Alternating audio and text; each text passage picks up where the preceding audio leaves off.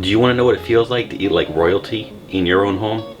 That's what this video is about. You're going to learn how you can take simple ingredients, how you can turn that into excellent plant-based protein.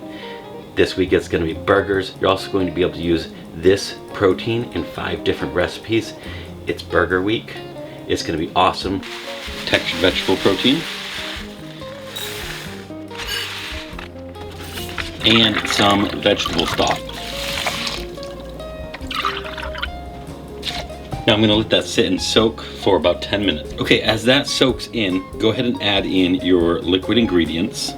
So I'm adding in molasses, some umami soy sauce, some Worcestershire sauce, and a little bit of liquid smoke.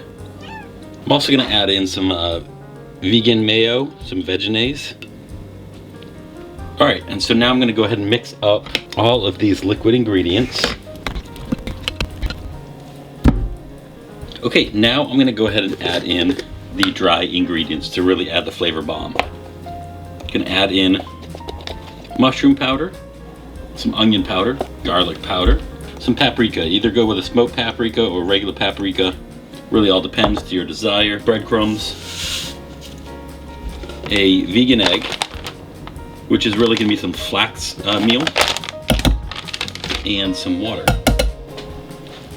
Now at this point you can keep it gluten-free by adding in gluten-free flour, or you can just go ahead and keep gluten in it and go with vital wheat gluten. So in this case I'm going to just add a little bit of vital wheat gluten. First what I'm going to do is going to mix up the mixture and then add in the vital wheat gluten, so that way everything is fully mixed with flavor, and then the vital wheat gluten will really kind of help bind it all together.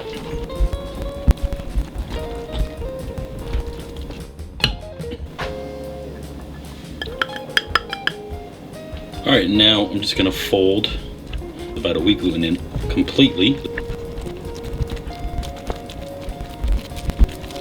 So here's a critical point. If I was going to use these just as burgers, I would go ahead and pressure cook them with a little bit of, put them in a little parchment, a little bit of foil, pressure cook it so that way it really compacts that beef. However, I'm using this for 5 different nights of foods.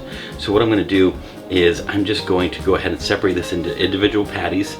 I'm going to take the burger patties themselves and I'm going to put some in the freezer because I'm going to use them for other recipes. Tonight, I'm specifically having burgers.